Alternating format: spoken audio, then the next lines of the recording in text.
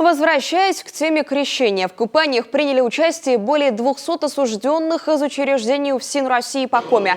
Настоятели храмов провели водосвятные молебны для освящения воды в купелях и благословили тех, кто решил искупаться.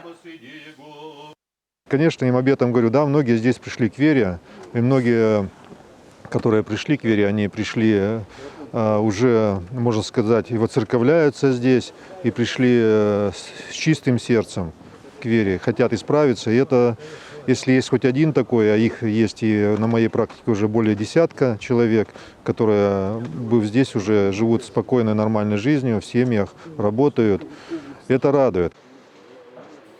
В большинстве исправительных учреждений для проведения крещенских купаний были оборудованы временные купели. Традиционно самые массовые крещенские купания прошли в 1-й и 25-й исправительных колониях под Сыктывкаром. В обряде приняли участие около сотни осужденных, многие испытали свежесть ледяной воды впервые. Я первый раз вошел в купель.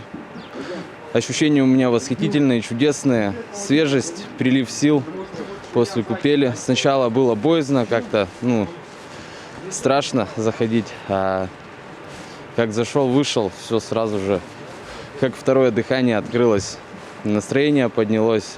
Теперь каждый год буду ходить.